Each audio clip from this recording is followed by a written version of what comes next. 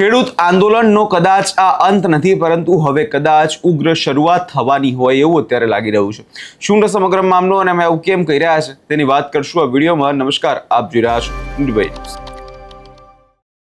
ગુજરાતભરની અંદર ખેડૂતો જે પ્રકારે વિરોધ પ્રદર્શન કરી રહ્યા છે ને તેવામાં ખાસ કરીને જેતપરની અંદર જે ખેડૂતો આમરણાંત ઉપવાસ પર ઉતર્યા હતા અને એ બાદ આપણે જોયું હતું કે સરકારની સામે ખેડૂતો કેટલાય 19 દિવસથી વિરોધ કરતા હતા અને છેલ્લે આપણે ગઈકાલે જોયું કે જ્યારે ખેડૂતોએ પારણા કરી લીધા ને એ બાદ નવા આંદોલનની ચીમકી પણ હવે ખેડૂતોએ ઉચ્ચારી લીધી છે।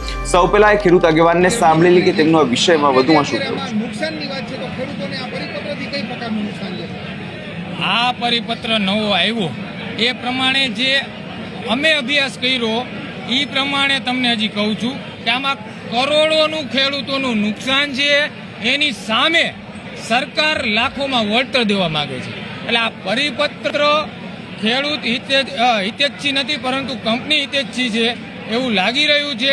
તેમ છતાં અમે આ 3 દિવસનો ગુજરાતના તમામ ગામના ખેડૂતને સમય આપ્યો છે કે 3 દિવસમાં તમામ ગામના ખેડૂતોને અહીંયા બોલાવશું, એની સાથે ચર્ચા વિચારણા કરશું અને જો આખું ગુજરાતના ખેડૂતો પછી નક્કી કરશે કે આ પરિપત્ર કંપની હિતેચ્છુ છે કે ખેડૂત હિતેચ્છી, પછી એનું ફાઇનલ આપણે જવાબ આપશું મીડિયાને। આજે આપણે જે 19 દિવસથી આંદોલન ચાલી રહ્યું હતું, 19મી દિવસે આપણે પારણા કરેલા છે, તો અત્યારે આજે પારણા કરેલા છે તો એની પાછળનું શું મેસેજ?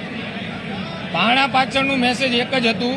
મને પણ હોસ્પિટલાઇઝ કર્યો હતો, ડૉક્ટરે કીધું હતું કે ભાઈ તમારા કિડની અને લીવરમાં હવે સોજો છે, તમારી ઉંમર નાની છે, જો તમે પારણા નહીં કરો, અન્નગ્રહણ નહીં કરો તો ભવિષ્યમાં તમને તકલીફ થશે, બરોબર?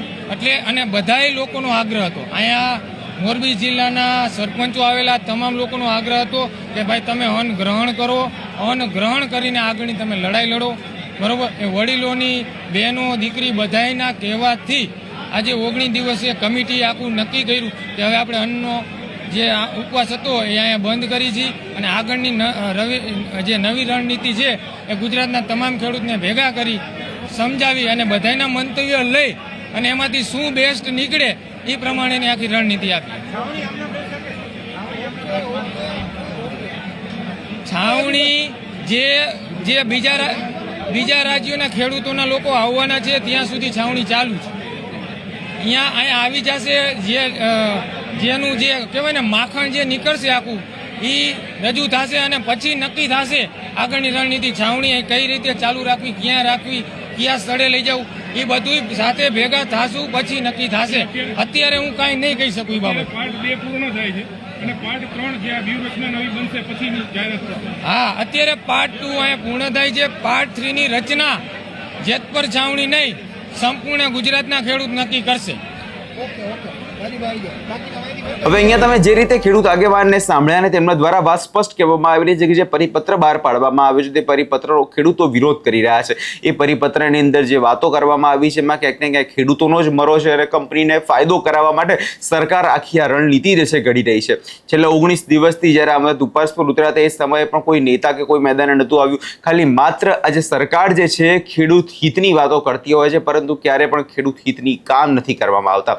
હવે જ્યારે આખો આ મામલો દિવસે ને દિવસે ગરમાઈ રહ્યો છે અને જ્યારે હવે આગેવાન દ્વારા એવું પણ કહેવામાં આવ્યું છે કે હવે માત્ર આ જેતપરની વાત નથી પરંતુ સમગ્ર ગુજરાતના ખેડૂતોની વાત છે અને એટલે જ આ જે પાર્ટ 3 જે ખેડૂતોનું થવા જઈ રહ્યું છે આંદોલનનું, તેની અંદર ગુજરાતભરના ખેડૂતો હવે મોરબીના જેતપરની સાથે આખું જોડાવાના છે અને એ બાદ આ આંદોલન વધુ ને વધુ ઉગ્ર બને એવા પૂરેપૂરા એંધાણ અત્યારથી જ લાગી રહ્યા છે।